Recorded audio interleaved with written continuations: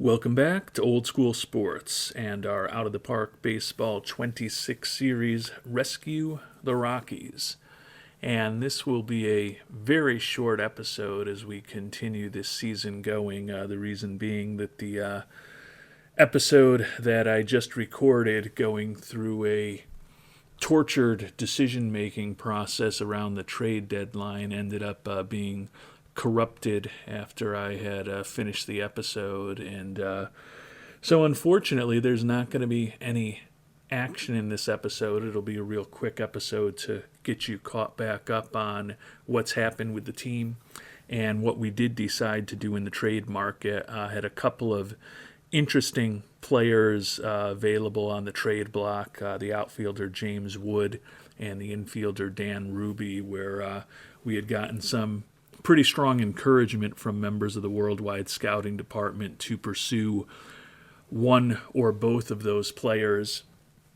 And we really had a deep thought process around some of the different options that were available. We ended up waiting right until slightly before the trade deadline to make any official decisions. And we'll talk about what we decided shortly. But before that, last time we talked, we were right at the trade deadline, or not at the trade deadline. We're at the trade deadline, or just past the trade deadline now. Last time we talked, we were at the All-Star break. Coming out of the All-Star break, we won 3 in a row at Texas, and then 2 on the road in Los Angeles against the Angels, which extended our winning streak to 6, including a 5-0 record coming out of the All-Star break.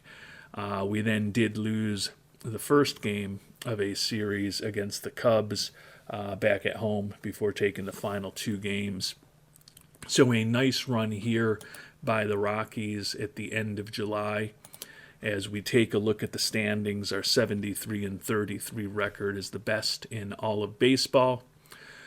We have a 8-game lead over the Las Vegas A's, who we faced off against in the World Series last year for the best record in baseball.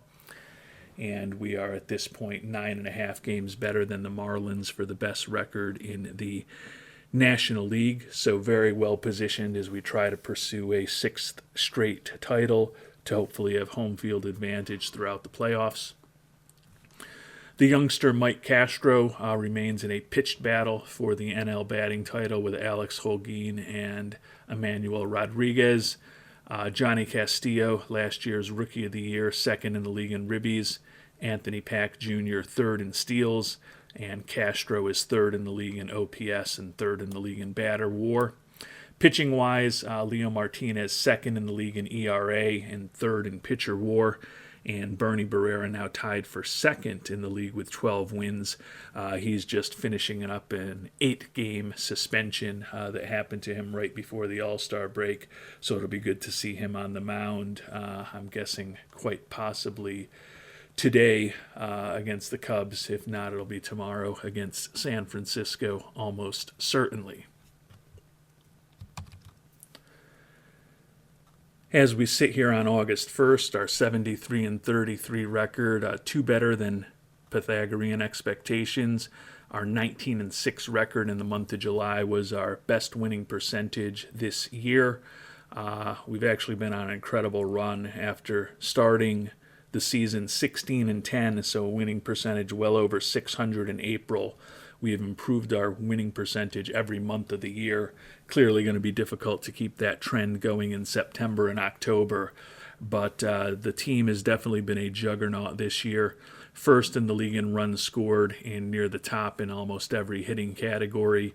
The 2nd best team in the league in terms of stolen bases and base running.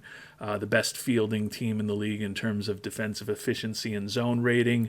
And the number 1 pitching staff in terms of runs allowed, and we are 1st or 2nd in every primary pitching category. So a dominant team, and as I thought about what we might want to do around the trade deadline, I certainly told myself, although Kevin Roberts Jr., our all-world right fielder, is in the midst of his 2nd extended stay on the IL this season, The team has been rolling even with his injuries and some other injuries to our pitching staff, and I argue to myself, if it ain't broke, don't fix it. Patrick DeBonis, who had been encouraging us to bring on at least Mr. Wood, if not Mr. Ruby, brought up the just as apt expression that should apply in some situations, even though we didn't necessarily need help right now.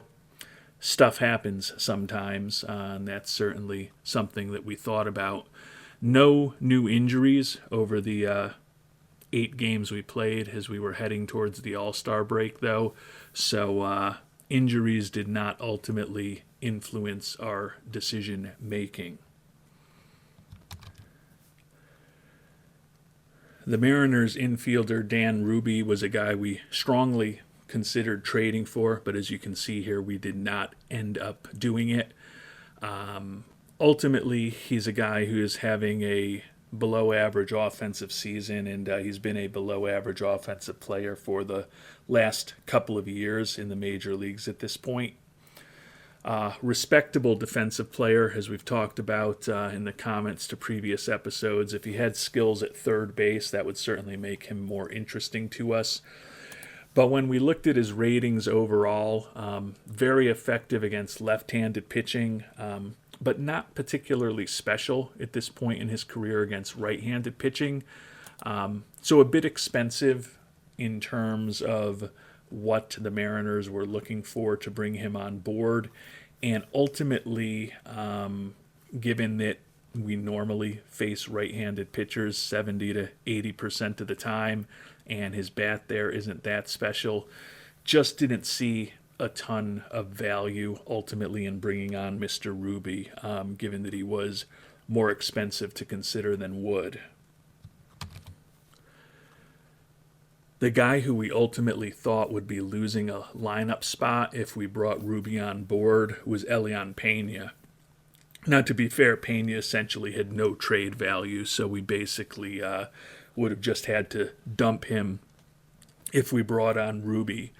But Pena, still a very good base runner and a very good defensive shortstop. His bat is certainly not special at this point. You can see a 68 WRC plus this year, but he still has a 1 WAR. Looking at Pena's ratings, though, against right-handed pitching, he's not all that different an offensive player as Ruby. Certainly not someone that we want in the lineup at this point in his career against lefties, but Pena is only playing shortstop for us against righties anyways at this point. So given that he was the most logical infielder to move on from, we didn't ultimately think that it made sense to bring Ruby on board. Another thing that factored into that decision, and I'll talk about that shortly, is that one of the infielders that we could have potentially sent down if we decided that we didn't want to move on from Pena and we did want to bring Ruby on board was Jarrett Woods. The young switch hitter is having a nice year for us, a 109 WRC plus on the season, 12 homers, 41 ribbies. A win above replacement. Switch hitter is versatile. He's played in 91 of our 106 games. And Woods is a guy who actually just won the National League Rookie of the Month for that month of July, hitting .357 with 3 homers and 14 ribbies, 15 runs scored, OPS of over 1,000 this past month. So with Woods and Pena being the 2 guys that we'd be most likely to move on from to make space for Ruby, just felt like it was a luxury that we couldn't afford, given that we had to give up a pretty solid major league player or a pretty good prospect to rent Ruby just for the next 2.5 months, and didn't see where he was going to upgrade our roster all that much.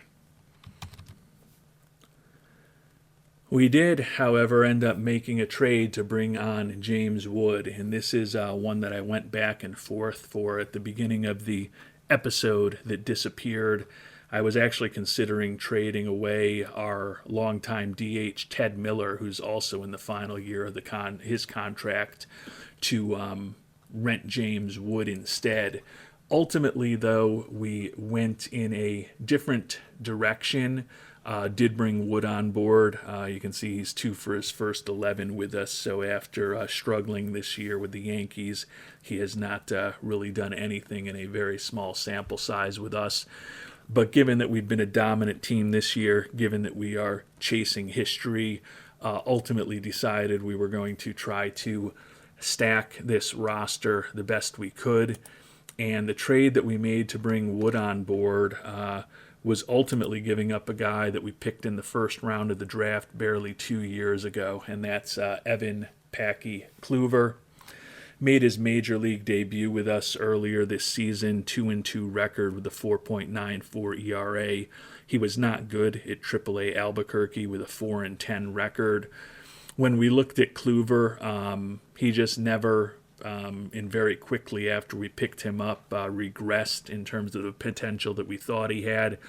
Looking at his ratings, he's a back end of the rotation starter. Realistically, he's probably a guy who's going to struggle to find a long-term role as a middle or long reliever, particularly on a very good team like ours.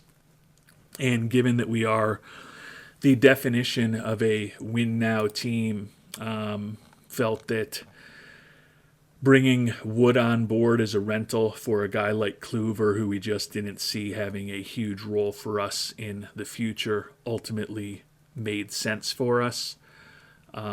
We've struggled with the new scouting system, particularly with a lot of the college pitchers that we've picked high in the draft over the 15 years of this playthrough at this point, or closing in on 15 years of this playthrough.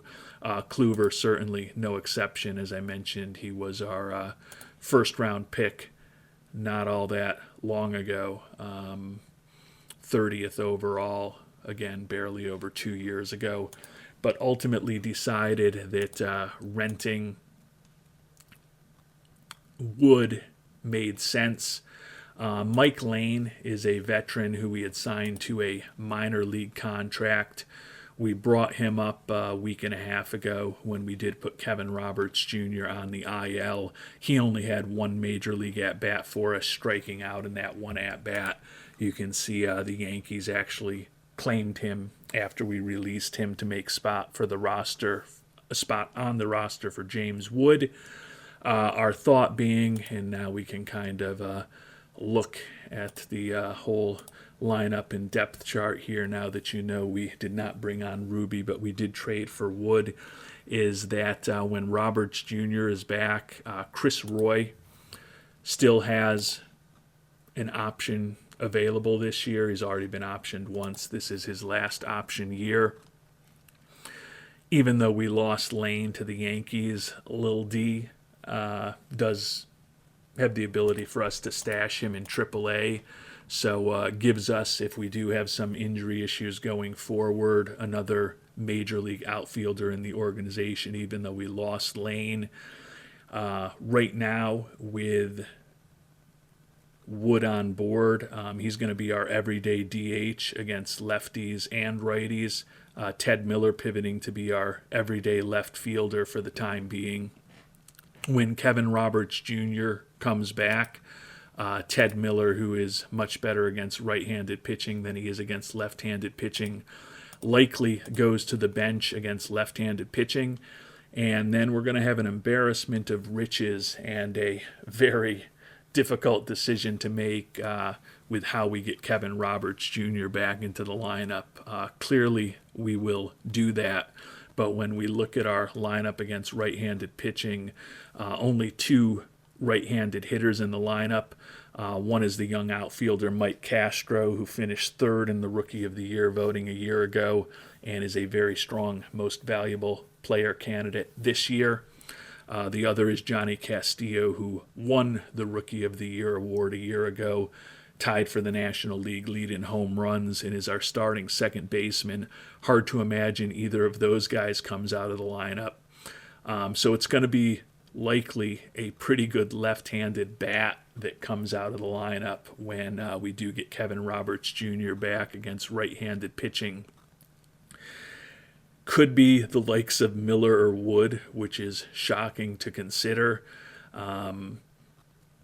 given that we just don't have as much flexibility in the infield. Jarrett Woods is a switch hitter, bats lefty against right-handed pitching. We just talked about him winning Rookie of the Month. Don't take him out of the lineup. Anthony Pack Jr., the center fielder, is a guy who is competent against right-handed pitching. He's been a platoon outfielder for us this year, although we haven't faced a ton of left-handed pitching. But he's actually having a great season, hitting .298, 10 homers, 47 ribbies, stolen, as we talked about earlier, 29 steals, which is third best in the league, putting up a 119 WRC plus and a 3.7 WAR. Still an excellent defensive outfielder. We've got a lot of insurance in the outfield now with Roberts Jr. hopefully back in just a couple of days. And it's a great problem to have, honestly, that we're going to have an incredible hitter coming off the bench for us against right-handed pitching if we don't have any injuries once Kevin Roberts Jr. is ready to come back. You would think that at some point, whoever we take out of the lineup, whether it's Pack Jr. or Wood or Miller, isn't going to be very happy with that situation. We may end up pivoting some things around, perhaps weakening our defense a little bit to keep those guys in the lineup. A lot of different decisions and directions that we can go, but we'll be making those decisions when Roberts Jr. is back from a position of strength, because we've already got the best record in baseball, and Roberts Jr. is still probably the best player on the team, even with the likes of Castro having monster seasons for us this year. So as we sit here on August 1st, did end up making that one trade before the trade deadline.